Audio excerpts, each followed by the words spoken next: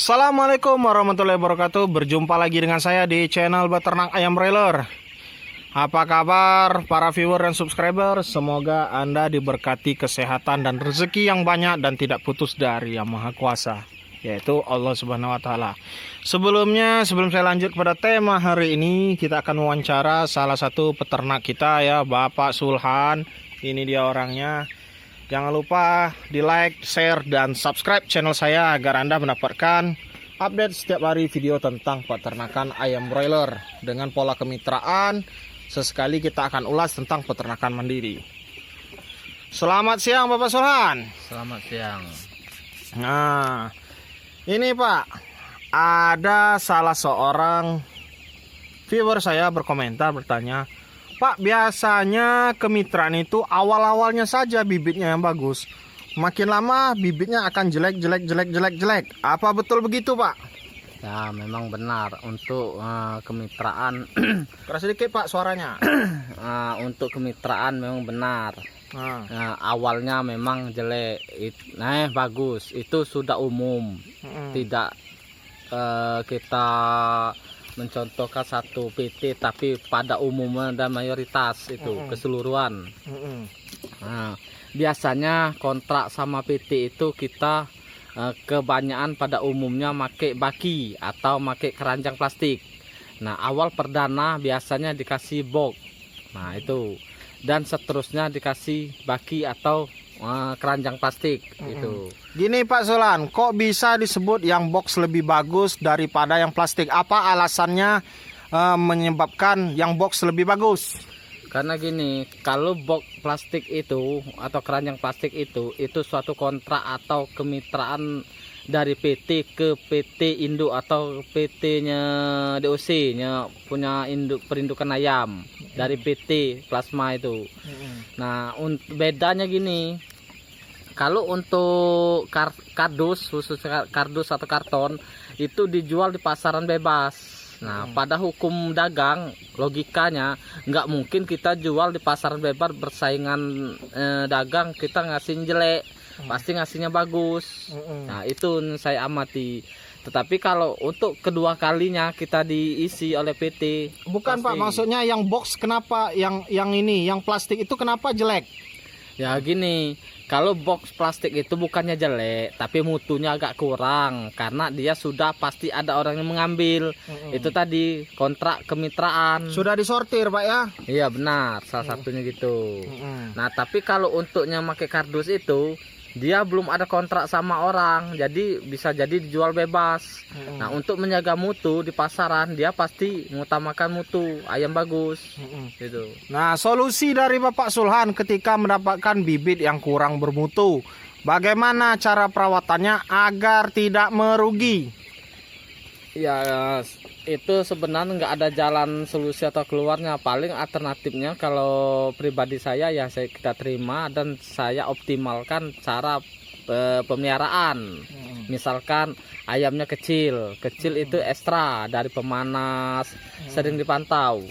Itu. Tapi kalau bibitnya sudah bagus ya kita ya bukan tidak diperhatikan kesehatan, bukan, tapi insya Allah.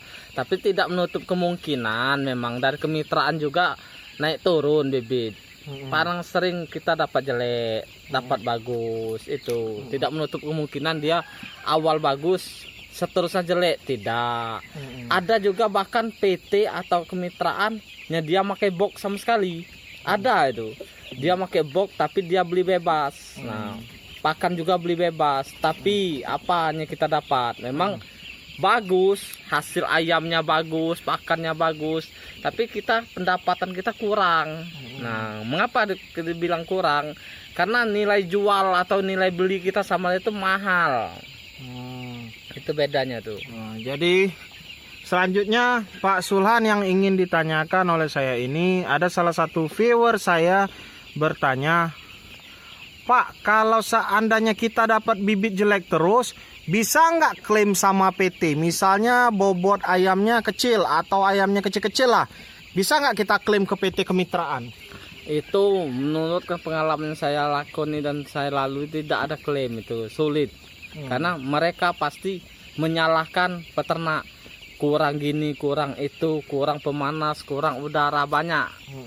Jadi kesimpulannya begini, kalau kamu banyak PT, tengoklah dan perbandingkan PT-nya terbaik menurut Anda. Tapi kalau kita untuk minta klaim, nggak ada, itu belum ada terjadi, kecuali kalau terjadinya penyakit atau wabah, itu kesalahan dari pabrik. Kalau kesalahan pemeliharaan tidak bisa.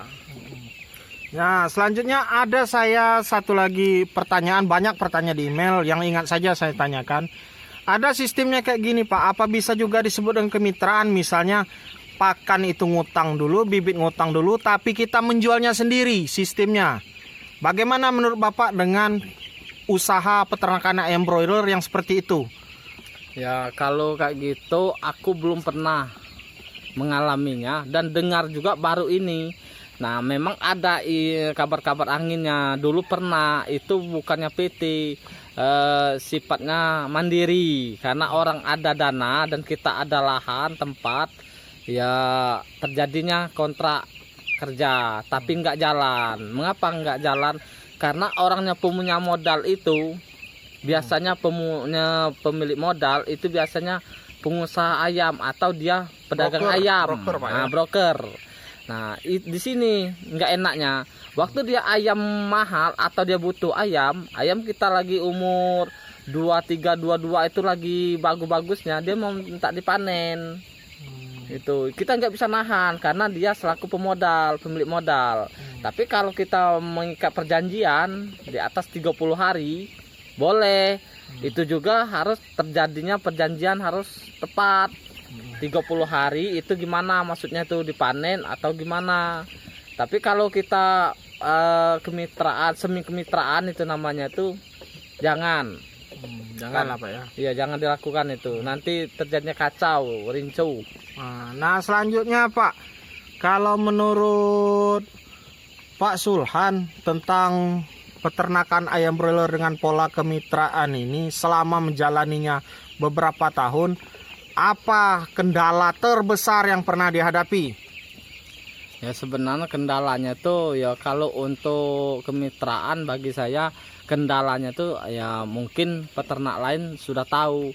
Sewaktu ayam kita di umur 28 atau 29 atau 25 terkena wabah. Nah, terkena wabah, kena penyakit ND atau flu burung atau apalah sejenisnya, itu lagi pasaran sepi. Itu problemnya besar. Susah untuk di ini, karena ya PT-nya saya ikuti ini untuk saat ini, nggak tahu kalau daerah-daerah lain ya, di Jawa, Kalimantan, dari mana itu. Mungkin dia ada RPH, RPA.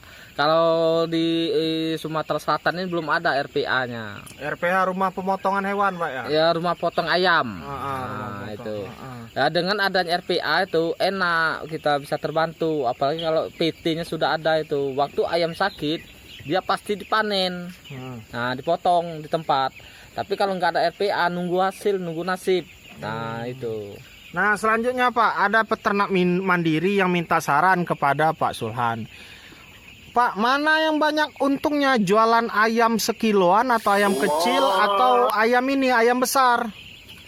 Ya kalau untuk kita tengok dari kemitraan, lebih besar untungnya ayam besar panennya.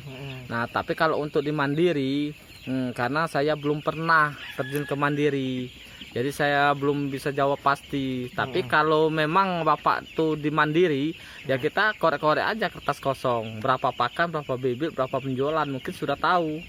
Dengan gitu. pertimbangan kemungkinan sakit Pak ya? Iya gitu.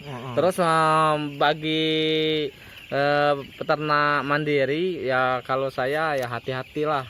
Karena sifat dari ayam ini kalau dijual di pelanggan, apalagi pelanggannya sering ngutang, dan ngutang susah bayarnya.